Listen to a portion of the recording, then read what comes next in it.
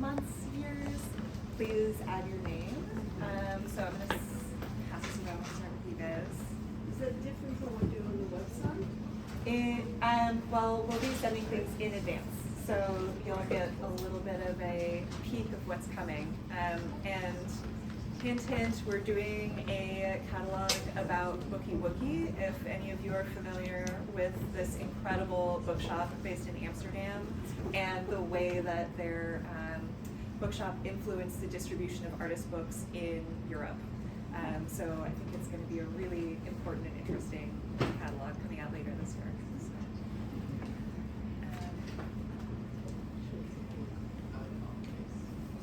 Camilo, are we almost ready? Oh, we are? Oh, okay, great. Awesome. Okay, hello, welcome everybody. My name's Curator Mindell. I'm the executive director here at Center for Book Arts, and it is so wonderful to have you all here tonight.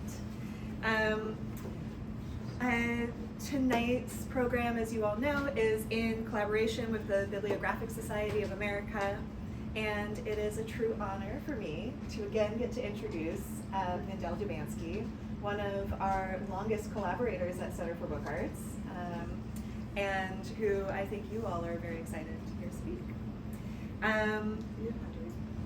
Don't read the whole thing, she says. Okay, so I just want to point out a few important things, which are, number one, that Mindy is an incredibly prolific researcher and publisher. Some of you may be familiar with this lovely book, which was published in conjunction with her Roller Club exhibition about books. We have a few copies available of this at the front desk, so if you're interested, go take a look. Then we also have just 2 copies of this lovely book left, which was another exhibition catalog from the Roller Club.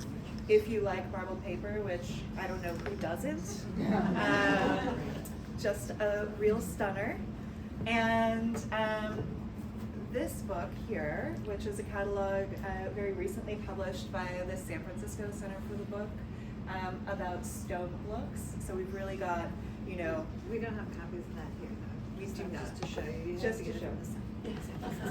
And finally, hot off the presses, the brand new Blooks book. It's very cute, adorable, includes writing by both Mindy and myself, and includes documentation of all of the Blooks. So just a little eye candy for all of you bookish folks. I also wanted to actually ask, is Sarah Warner here tonight? Sarah, hello! I just want to point her out because she is the editor of the Journal for the Bibliographic Society, and if you are interested in learning more, you should definitely seek her out. I know she would be overjoyed to chat with you. And so, then, without further ado, Okay, welcome. thank you. So,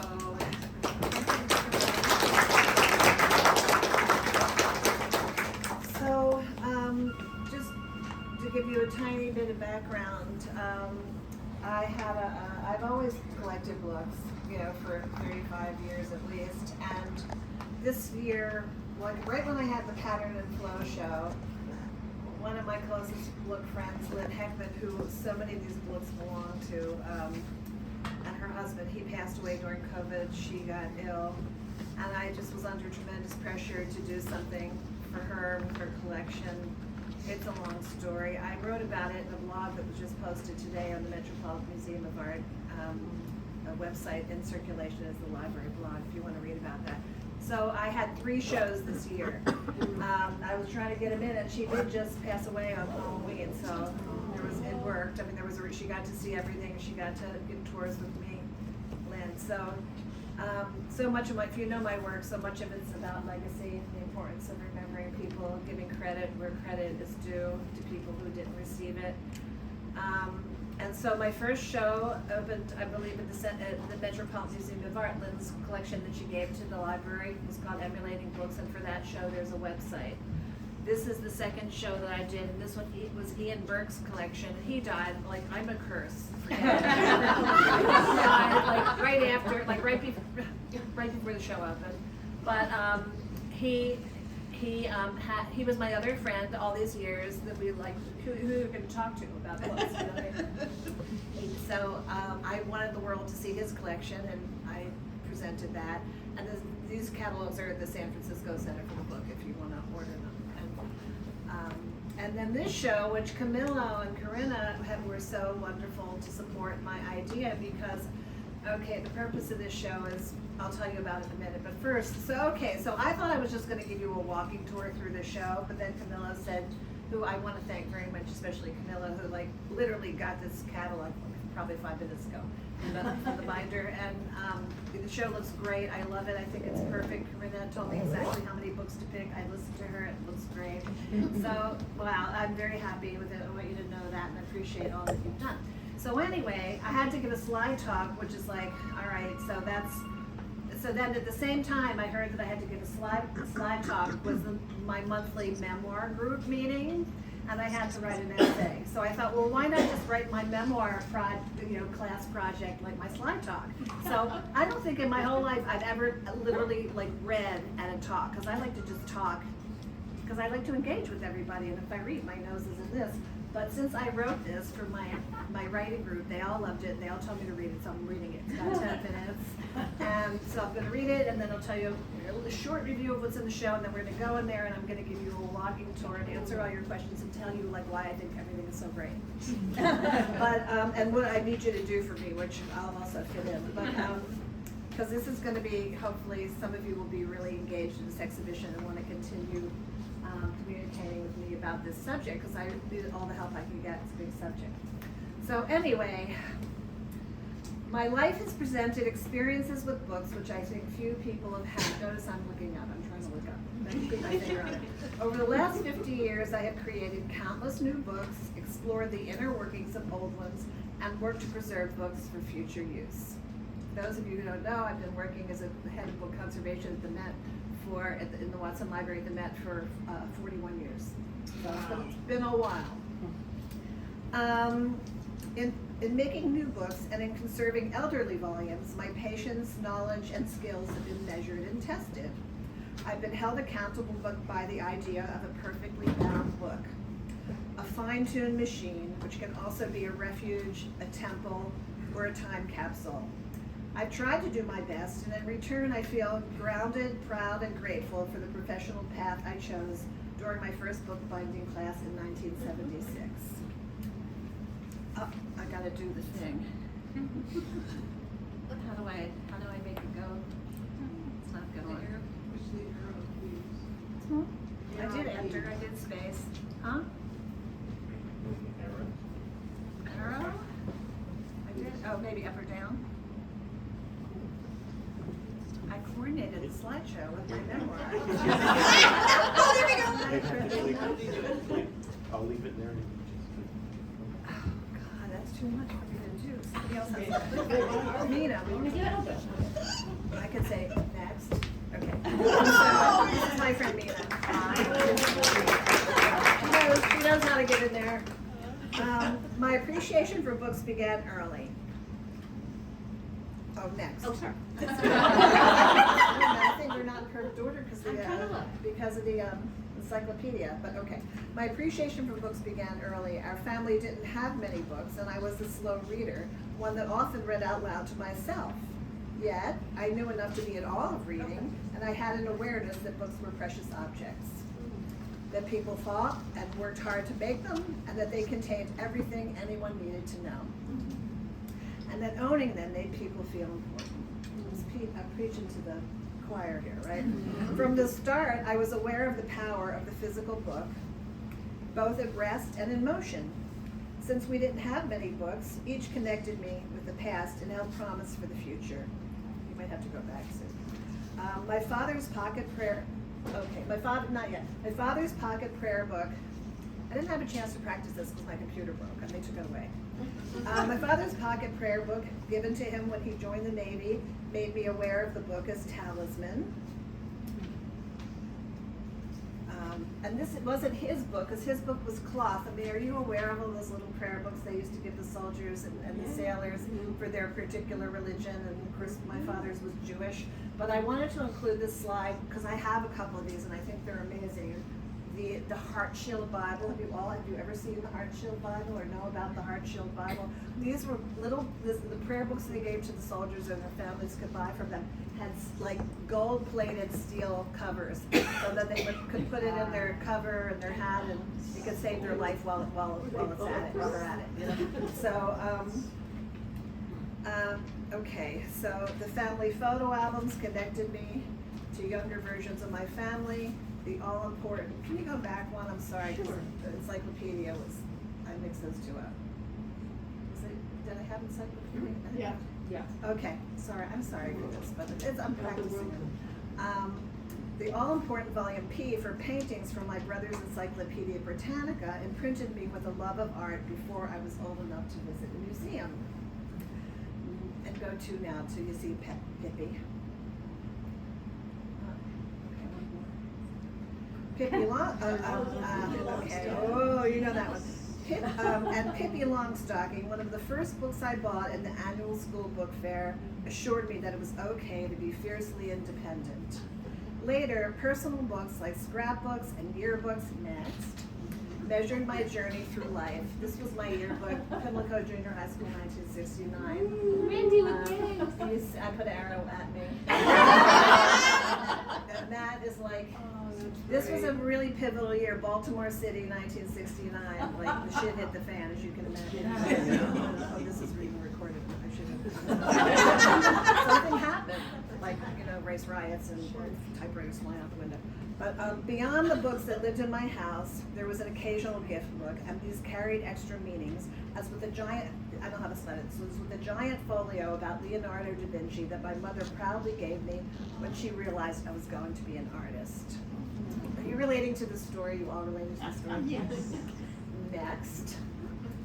The local library supplemented the books at home, and while I never owned one myself, I borrowed the young person's biographies of George Washington Carver from the library and read them over and over while sitting on a chair next to my mother, crying my eyes out over the horrific kidnapping of Carver and his mother by slave raiders as she fashioned her beautiful beaded flower arrangements. Next, remember, there was something that is like a hypothetical me at the library. The feeling that I have reading a good book, especially if its binding fits me, meaning that it opens easily, it's not too heavy, and it feels good, connects me to myself and creates a partnership with the book's creators. In this case, the book feels like part of my body, a normally missing part. One that opens doors to thoughts and feelings.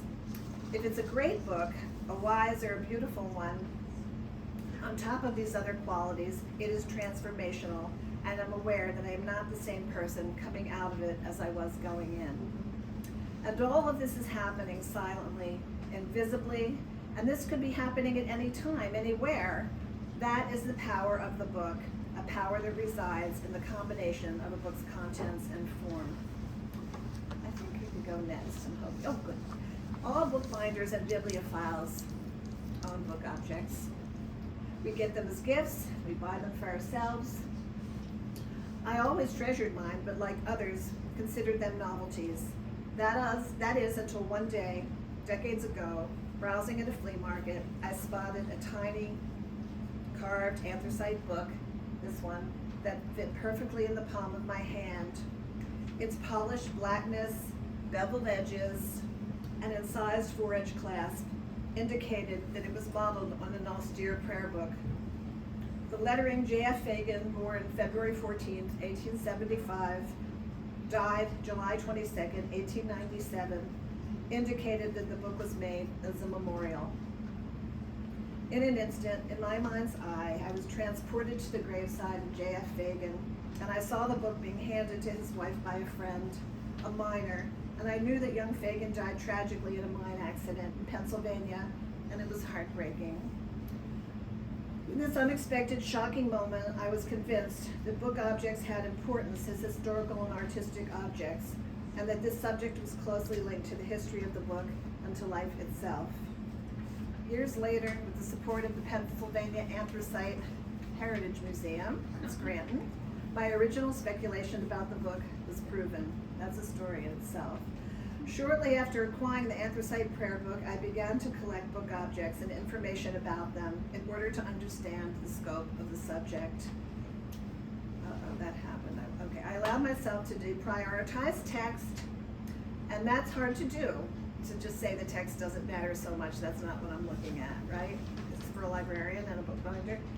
I allowed myself to deprioritize text and concentrated on observing the ways in which artists and designers have emulated the physicality of different genres and formats of books, all the while noting how makers have interpreted specific characteristics on different bookbinding styles, structures, and details.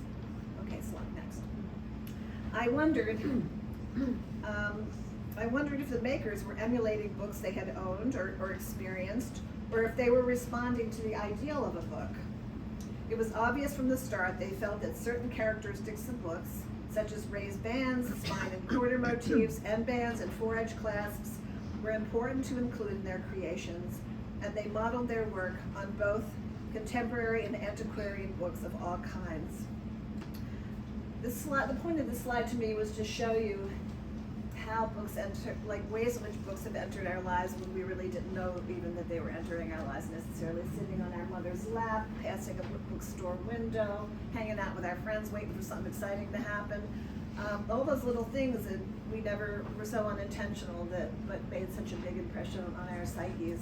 I'm sure everybody in this room was included in that experience. Observing whether real bookbinding features were accurately interpreted or not has always been a source of interest and amusement to me, and I would love to share these observations with anyone who may care about the minutiae of books. Okay, so next, so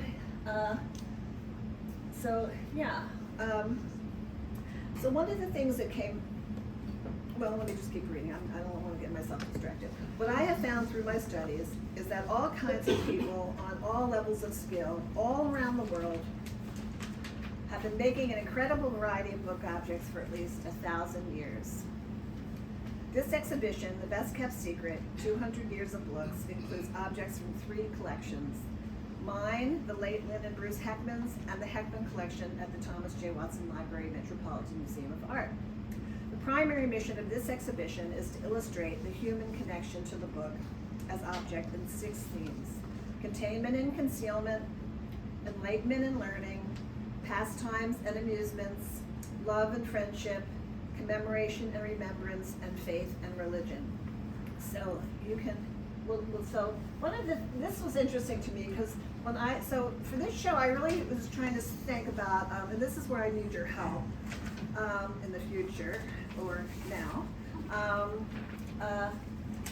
All these artists in this room, exemplified by the exhibition, where did they get their ideas for the books that they were making? The books, like, I know, you know, so I thought, like, well, did they live with books, or did they have, you know, I talked about the idea of the book, but then I started thinking about things like this from like study collection. So are you familiar with the sample books? You know, before people maybe could go to bookstores, all the traveling salesmen that were roaming around the country selling books door to door to stores, and they had these sample books. So in the 19th century, the early 20th century, these sample books existed that would be a partial, the salesman would take, they would have a part of the text, a chapter or 2, sample illustrations, they would have a sign-up sheet in the back, and they would have 2 or 3 different bindings, so you could really customize your book. So I started thinking about this in relationship to books, and maybe people were used to customizing their own book, like having a role in what their book, what their library, home library looked like. So that was just one thing that went through my mind, and here you can see there are several different binding options for this that the buyer could choose for this book. And I thought that's interesting. They had a library style one. I don't usually see that. Usually it's kind of a woman's version, a man's version, you know, like a leather or cheap version, an expensive version. So I think you could keep going. So, okay, there's an example of them, people. When you see the books, you'll see these are icons of books that people are used to, like, sort of the emblems of books that people used to thinking of as books. So when I started bookbinding, and I was an apprentice at the Center for Book Arts in the late 70s, and the people used to come in off the street and they would say, like, I want you to make me a book. And I said, well, what do you want? What kind of book do you want? Like, they would go, real book. Always, this happened over and over again. I said, well, what do you mean? And they always meant letters, binding corners, half letter binding. Because to them, that was like really a book. And if they were going to give somebody a book, they wanted it to look like a real book. And I thought that, and so you see that over and over again, even the just the most subtle variations of like, even sometimes it's just a little line or an indication of that type of book. But then I started thinking, well, what kind of book bindings were people used to? We used to seeing, which they were living with in their lives, and they became sort of emblems to them, you know. And you see all those things in my show, and I'm going to walk you through it, so I don't want to talk too much about it. So I just put examples here: fine binding, half letter binding. Albums, the Family Bible was a big influence as well as albums. I would say these two kinds of books were really influential in making daguerreotype cases, photo boxes, stash boxes, all kinds of things. And then antique binding. So, you know, if somebody might be very sentimental about books from the past, maybe they weren't making a book from their era. They were trying to be inspired by a medieval book, you know, or a Renaissance book, or some jewel encrusted thing, you know. So they had fantasies about ancient books or old books, whether they saw them or not. They might have just seen pictures of them. And account books, which you just think, who could possibly be inspired by account book? Yet many, many people were inspired by the emblem of the account book, you know, and there's a lot of, those of you who know about binding, there are particular qualities, characteristics, physical characteristics of all of these different types of bindings, which these artists have really captured and used it almost like a language. Okay, so here's a good example. So the Gift Book Annual, those of you who are aware of 19th century publishing, you know about the beautiful books that were made at holiday time, and they always had the fanciest bindings, and they had beautiful hand-colored prints and music and poetry, and they were real love gifts. And and so I started seeing like these gift book annuals produced as like sewing kits, and this is a sewing kit here, and daguerreotype cases and boxes. So you know, the culture really absorbed like the idea of the gift book annual, and I'm sure these objects all follow that, or sort of cashed in on the cachet of these objects because they were easy to sell, and they also made really nice gifts. What I can't figure out yet, what I don't really know, is like, so who made all these things? And that's one of the things I'm trying to figure out. Like, if there were, which ones did the bookbinders make? I really want to know that. So, sets and series, encyclopedias, libraries of wood, literary sets, all this idea has also been absorbed by the artists making book objects. And yeah, so keep going. Those are the categories.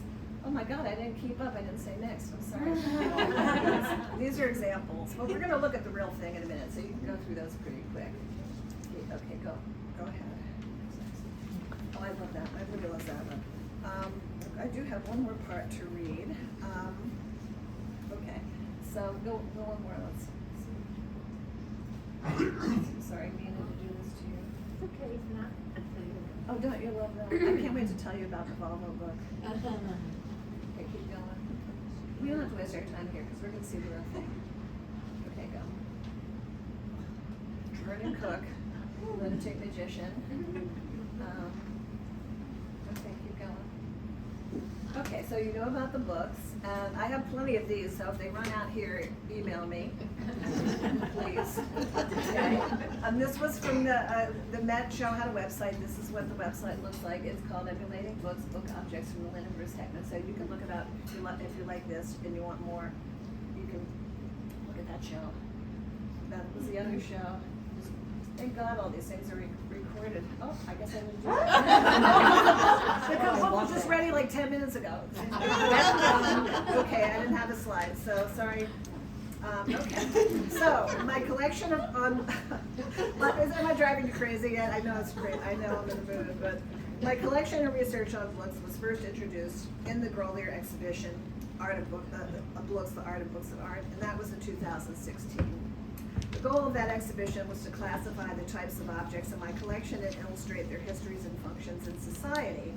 The exhibition was followed by other shows including Emulating Books, which I told you about, and the San Francisco show, American Carved Stone Books, those objects are amazing. So if you know what's so amazing about the stone books, like the permanent, if you're giving someone a love gift and it's a rock, that's saying something, right? I mean, that's like sends a message, like, you don't have to worry about this person running out on you because you already gave me the like rock book.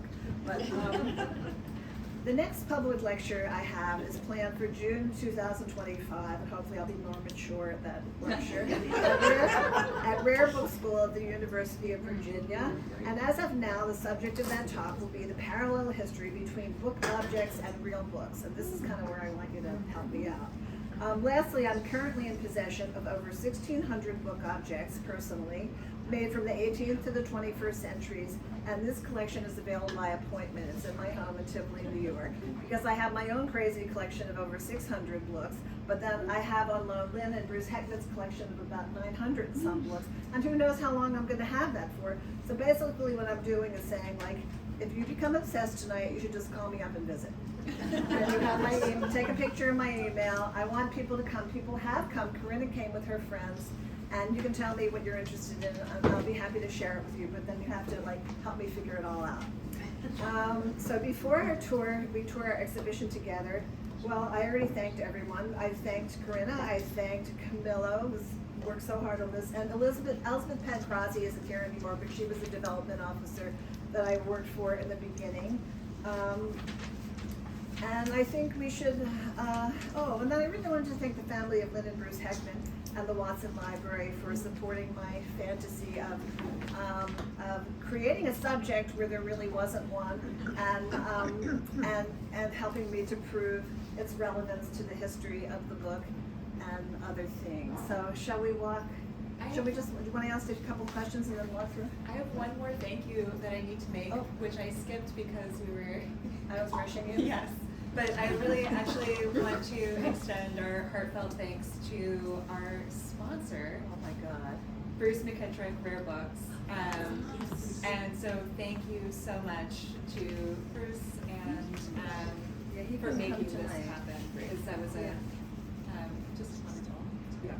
Yeah, so I mean, I know this was a little wacky to read my number, but did you get the vibe? Okay.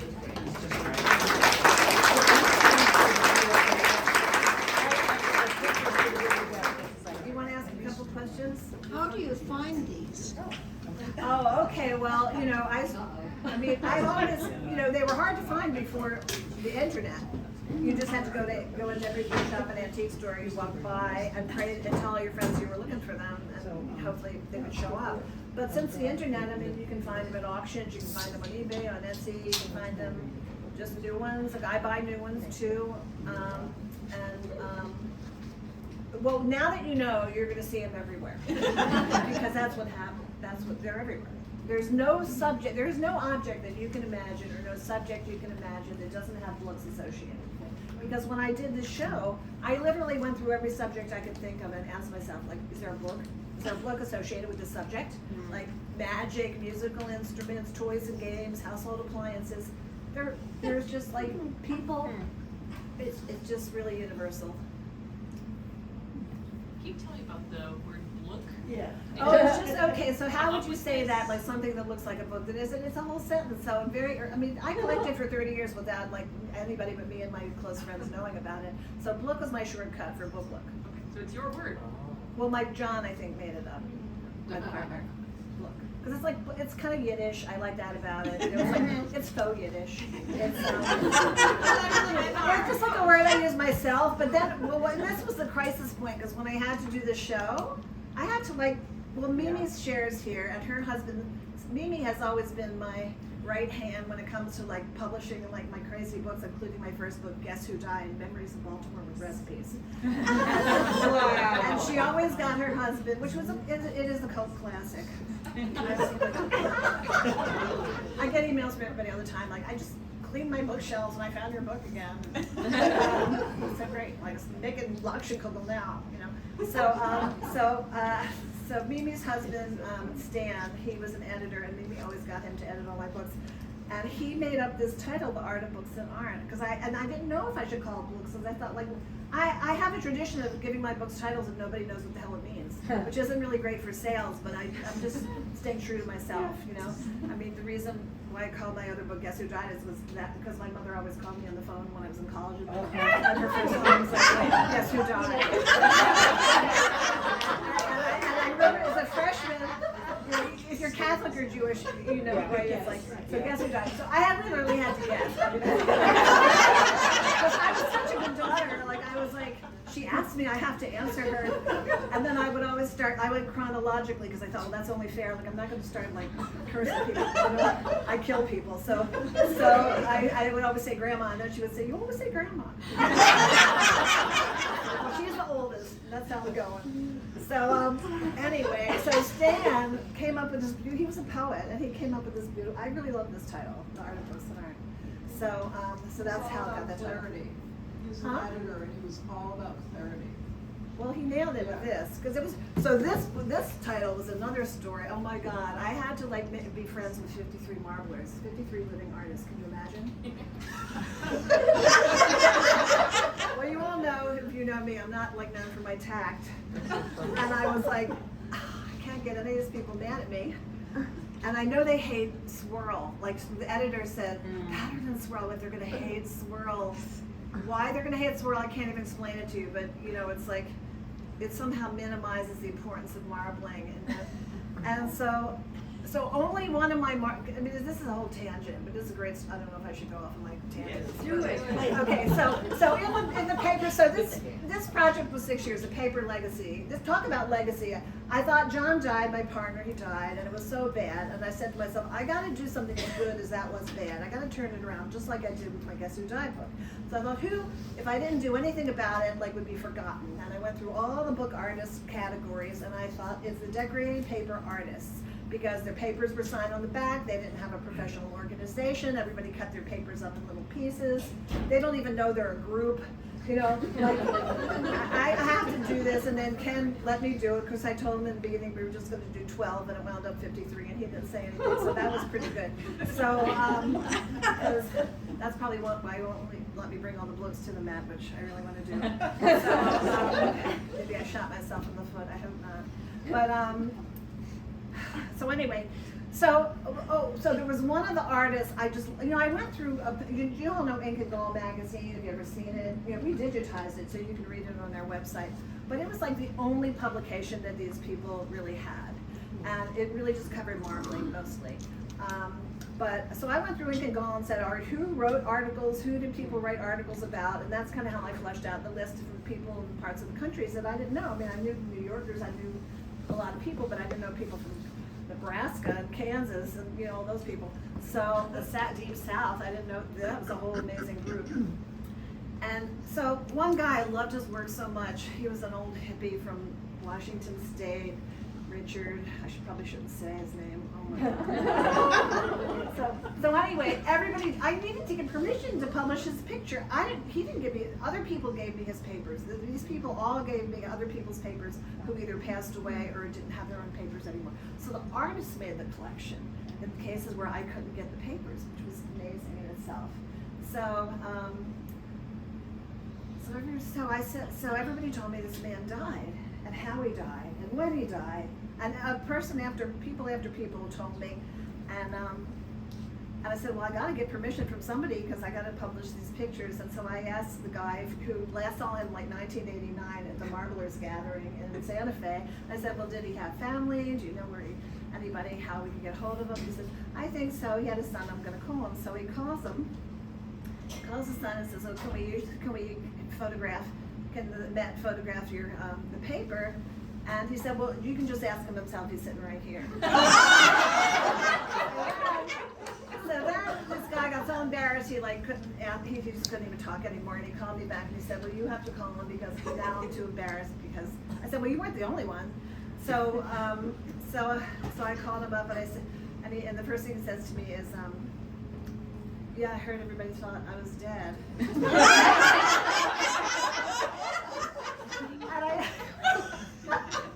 And I said, yeah, a lot of people told me that you were dead. When's the last time you picked the phone up? I was channeling my mother. When's the last time you picked the phone up? You know, like maybe you should let people know, you know, you're so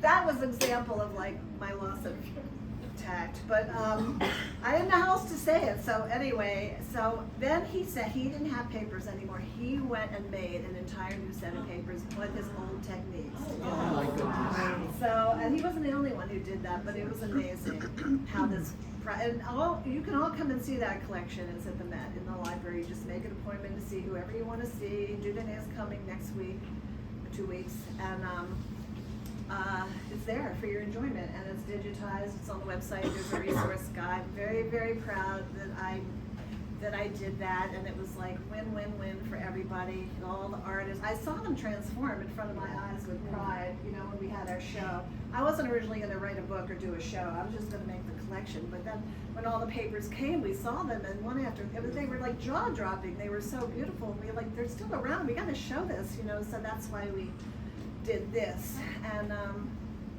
this was my COVID project, so that's pretty good. I got to stay home, and I don't know if I could have done it without that, really, because that was a lot of concentration. And so that's the story. But books is my favorite subject in the world, and my job for you is, okay, we want to think about these things in two ways.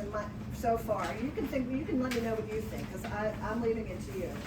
But I think we're ready to move on from explaining to the planet what books are. Everybody knows what books are. And now we have to figure out, I'm never again going to write a label maker unknown. I just hate that. It's like closes the door. Because I think we can figure out maybe who some of these people are. I'm not sure what term to use. It's like to be determined or something. But someone tonight made a suggestion to me about like what other museums are doing where like they were previously known, or I kind of don't like that either, because that means like it's in the past, you know. Like I kind of want to try to we should figure out who are these things, who made these. But I also want to think about what's the evidence of the maker, what's the evidence of the receiver in these objects, what's really all of the functions of these objects.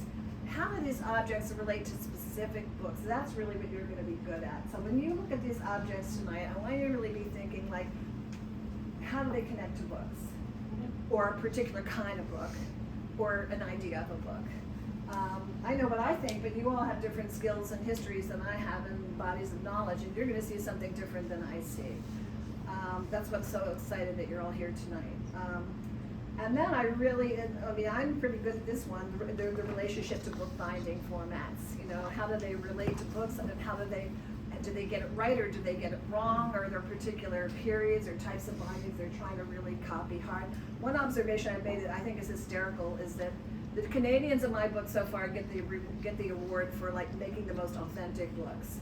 Like I have a pair of salt and pepper shakers at home that have embroidered endbands. You tell me like what salt and pepper shakers need embroidered endbands for.